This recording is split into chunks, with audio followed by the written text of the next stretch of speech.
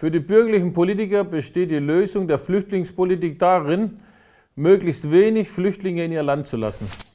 Deshalb haben sie mit dem reaktionären Erdogan-Regime in der Türkei einen Deal gemacht, möglichst alle Flüchtlinge aus der Ägäis wieder zurückzunehmen und haben die Balkanroute geschlossen. Dadurch gibt es keinen einzigen Flüchtling weniger. Im Gegenteil. 2015 gab es 60 Millionen Flüchtlinge auf der Welt. So viel wie seit dem Zweiten Weltkrieg nicht mehr. Und die Zahl dieser Flüchtlinge wird noch weiter wachsen, weil die Fluchtursachen bestehen bleiben. Hunger, Kriege, Arbeitslosigkeit, Umweltkatastrophen. Allein aus Bangladesch werden in den nächsten 10 Jahren 20 Millionen Menschen wegen den Folgen der Klimaveränderungen fliehen. Aus Afrika werden 100 Millionen Menschen wegen Krieg, Arbeitslosigkeit, faschistischem Terror und Umweltkatastrophen ihr Land verlassen. Das Image der Regierung von der humanitären Willkommenskultur ist längst Makulatur.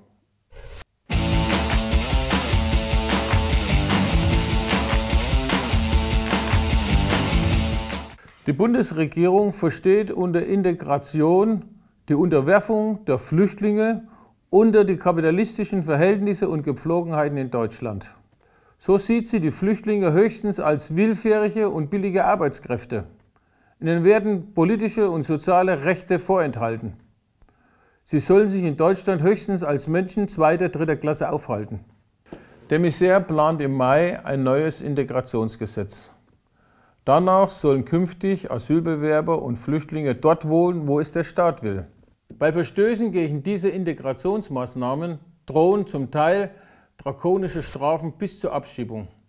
Wir proletarischen Internationalisten lehnen diese politische Diskriminierung entschieden ab. Wir anerkennen die Interessen der Arbeiterklasse und der Unterdrückten in allen Ländern der Welt und reichen den Asylbewerbern und Flüchtlingen hier im Land die Hand für den gemeinsamen Kampf gegen Ausbeutung und Unterdrückung und für eine lebenswerte Zukunft.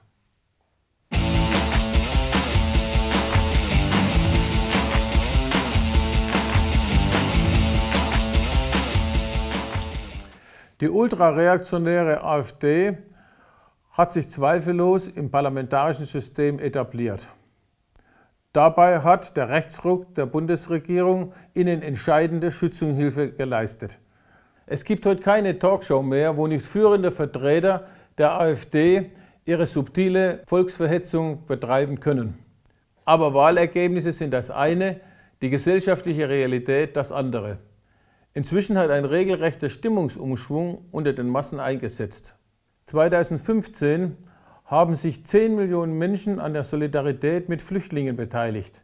Über 1 Million Menschen nahmen an antifaschistischen und antirassistischen Demonstrationen teil. Die Jugend politisiert sich zunehmend und wendet sich nach links. 2015 war auch das Jahr mit den umfangreichsten gewerkschaftlichen Streiks und Demonstrationen seit 25 Jahren. Die Suche nach einer gesellschaftlichen Alternative ist unübersehbar.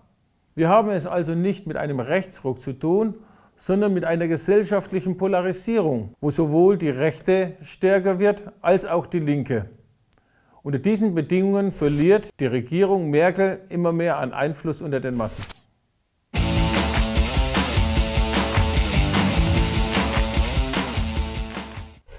Die stark ansteigenden Flüchtlingsströme zeigen, dass die Massen nicht mehr in der alten Weise leben können und wollen. Die Krise der bürgerlichen Flüchtlingspolitik zeigt aber auch, dass die Herrschenden nicht mehr in der alten Weise mit den Menschen umgehen können. In dieser Situation gewinnt die marxistisch-leninistische Losung Proletarier aller Länder und Unterdrückte vereinigt euch einen neuen Einfluss. Es ist unsere Aufgabe, diese internationalistische Bewegung aktiv zu unterstützen und zu fördern. Die MLBD wächst in eine neue gesellschaftliche Rolle hinein.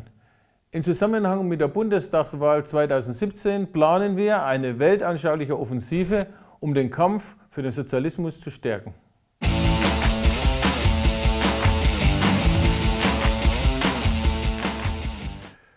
Die MLBD ist der Auffassung, dass man die Fluchtursachen bekämpfen muss. Diese liegen vor allem in der allgemeinen Krisenhaftigkeit des imperialistischen Weltsystems. Die MLBD hat sich im letzten Jahr gemeinsam mit der ICOR für den Bau eines Gesundheitszentrums in Kobane, Rojava eingesetzt. Gestützt auf die Arbeiter und die Bevölkerung vor Ort haben 177 Brigadisten aus 10 Ländern in mehreren Monaten dieses Werk vollbracht. Das hat der kurdischen Bevölkerung Mut gemacht und dazu beigetragen, dass in diesen Monaten insgesamt 170.000 Menschen nach Rojava zurückgekehrt sind, um ihren Aufbau in die eigenen Hände zu nehmen.